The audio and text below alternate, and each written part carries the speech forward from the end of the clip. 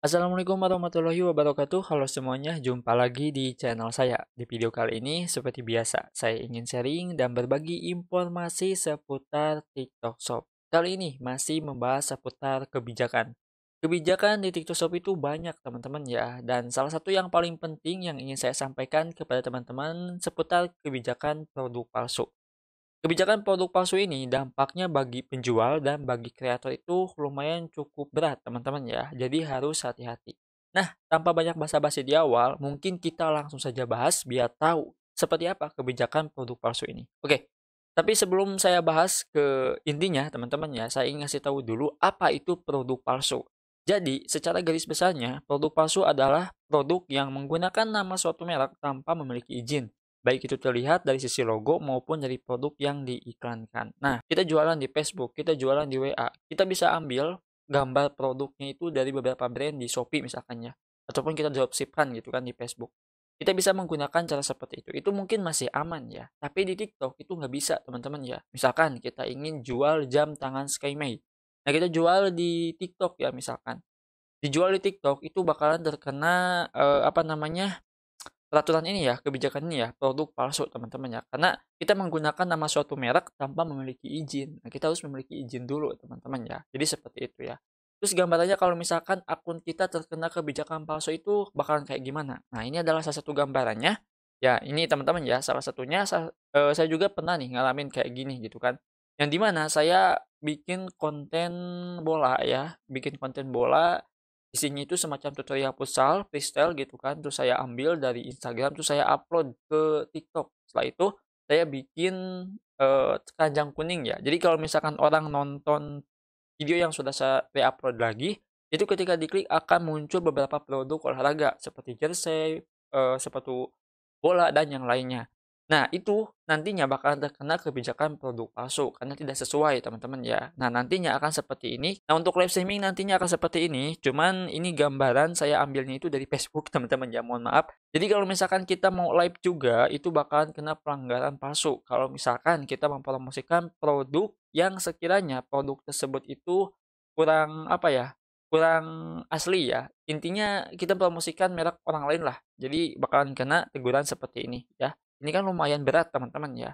Apalagi yang ini ya, ini nggak bakal bisa dibalikin sih menurut saya. Kita lanjut ke slide berikutnya. Di sini perilaku yang dilarang. Nah, ini kita tidak boleh menampilkan nama merek, dagang, atau logo yang tidak sah dalam bentuk konten apapun, termasuk dalam detail produk, video, dan live streaming. Nah, ini ruang lingkupnya itu besar dan luas, teman-teman ya. Jadi sesi video aja kita nggak boleh mempromosikan produk yang tanpa memiliki merek izin.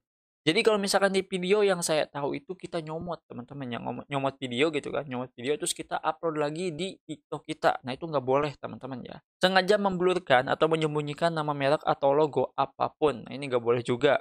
Perilaku pesan tertulis lisan yang menyiratkan penjualan produk palsu. Nah ini nggak boleh teman-teman ya.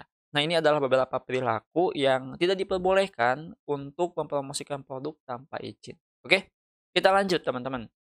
Nah, ini adalah salah satu tanggung jawab seller ya, kalau misalkan kita menjual produk palsu. Di sini, penjual diwajibkan untuk menjual produk yang asli. Penjual hanya diizinkan menjual produk dengan izin yang telah diberikan oleh pemilik merek. Jika ada dugaan pemalsuan produk, maka pihak TikTok akan menyelidiki kasus tersebut. Wih, ini kayaknya lumayan berat teman-teman ya untuk pelanggarannya. Jadi ini adalah salah satu hal yang harus teman-teman perhatikan ya untuk menjual. Wajib menjual produk asli. Terus kalau misalkan dropship kayak gimana dong? Misalkan dropshipnya itu udah ada ya di TikTok gitu kan, udah ada di TikTok, terus kita pengen promosiin lagi. Nah, kita harus menggunakan foto produk yang baru teman-teman ya. Jadi jangan sama dengan foto produk yang lainnya, kayak gitu. Ya, intinya semuanya ori lah ya. Oke, lanjut teman-teman. Nah, di sini kebijakan ataupun tanggung jawabnya untuk kreator. Kreator tidak boleh membuat dan mengunggah konten video atau live streaming yang mempromosikan produk palsu. Itu nggak boleh. Nanti bakalan kena sanksi seperti gambar yang pertama, teman-teman ya. Kayak gitu, itu nggak boleh banget ya. Jadi usahakan untuk kreator di TikTok itu ori semuanya ya. Mau itu jedag-jedug, mau itu template foto doang, yang penting ori, teman-teman. Jangan sampai nyomot dari video orang lain, apalagi nyomot yang udah punya brandnya, teman-teman ya. Brand yang terkenal itu kita comot terus kita upload. Itu nggak boleh ya. Lanjut teman-teman ya.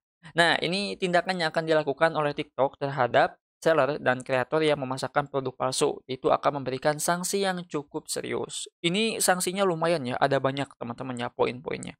Di sini dari mulai peringatan pesan resmi, penangguhan hak daftar, penarikan keuntungan seller sementara atau permanen, penangguhan sementara atau permanen atas pendaftaran afiliasi, penangguhan sementara, banyak penangguhan di sini teman-teman ya. Dalam hal pelanggaran berat akan dilakukan penahanan sementara atau permanen atau hasil penjualan atau pembatalan transaksi yang terkait dengan akun seller. Dan yang paling parah di sini menghapus akun seller, memulai tindakan hukum terhadap seller, melaporkan penjual ke otoritas hukum terkait untuk penuntutan. Dituntut teman-teman ya. Ngeri banget sumpah, ngeri banget gitu kan dituntut. Dan kalau misalkan tuntutan hukum kayak gini itu biasanya pakai uang ya. Uang lagi yang keluar teman-teman ya. Udah mah dihapus akun sellernya gitu kan, terus dituntut. Ini bahaya teman-teman ya. Nah ini untuk seller ya hukumannya. Nah lanjut untuk kreator, kreator pun sama ya, menghapus tautan produk kreator yaitu keranjang kuningnya itu bakalan dihapus. Penghapusan ataupun pemblokiran konten ini sering terjadi teman-teman ya.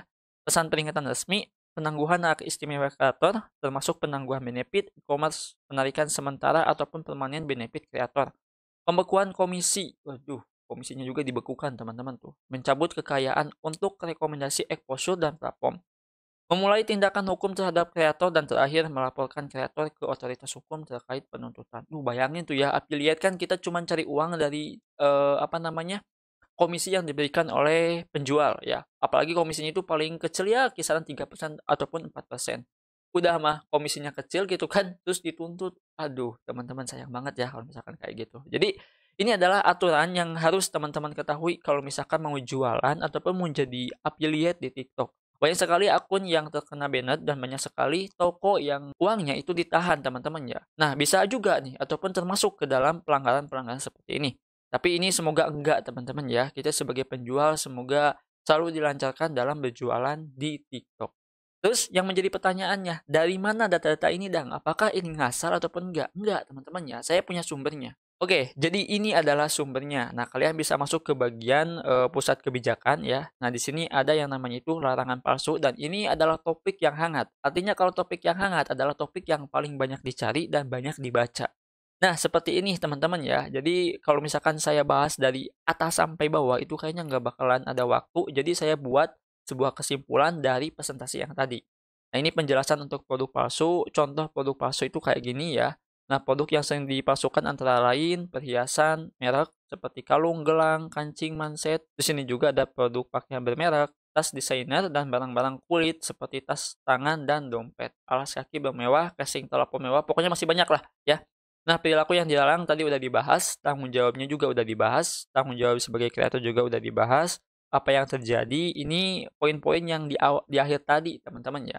Cuman di sini saya nggak tahu berapa poin penaltinya, kayaknya ini nggak bakalan masuk ke poin penalti ya, tapi langsung teman-teman ya, langsung dihukum bener-bener ya. Sanksinya itu benar-benar berat gitu kan, nggak harus ngasih dulu poin. Nah, itu teman-teman ya, video yang saya sampaikan seputar kebijakan produk palsu. Hati-hati buat teman-teman yang jualan di TikTok, jangan sampai menjual produk palsu. Usahakan untuk gambar, background, dan yang lainnya itu dibuat original.